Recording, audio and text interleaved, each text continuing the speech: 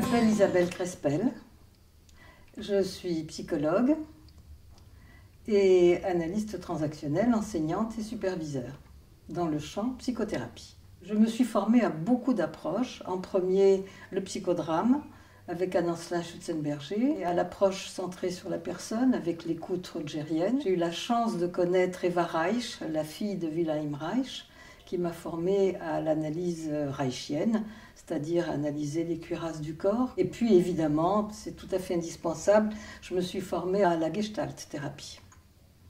Ça, c'était dans mes formations au tout début. Et je me suis donc après formée à l'EMDR avec David Servan-Schreiber. Et je trouve que c'est ça qui est merveilleux dans notre métier, c'est qu'on apprend tout le temps d'abord de nos clients. D'abord, j'ai appris de mes étudiants. J'ai eu ce privilège extraordinaire d'enseigner pendant 30 ans à l'Université de Paris 8.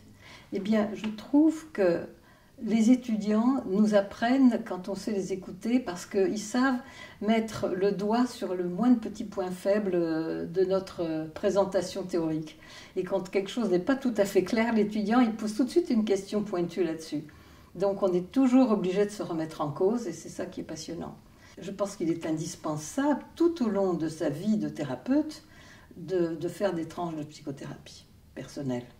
Mais j'étais contente de me former à d'autres approches et de faire une tranche de thérapie dans la méthode que j'allais utiliser ensuite. Et je pense que la thérapie de groupe que nous avons, qui est une obligation pour les formations en analyse transactionnelle, pour nos élèves qui veulent devenir thérapeutes en AT, est indispensable et inévitable et, et magnifique. C'est irremplaçable, voilà, je cherchais le mot. Ce que j'ai toujours aimé dans l'analyse transactionnelle et que je continue à admirer, c'est que ce corpus théorique est fait de telle manière qu'il permet d'être à la fois clair, précis, concis et efficace pour partager avec nos clients ou nos élèves ce qu'on est en train de faire.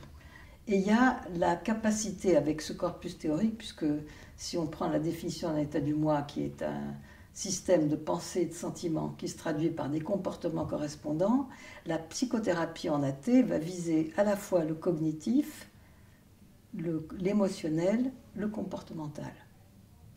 Et donc, je dirais que c'est en réalité une psychothérapie intégrative.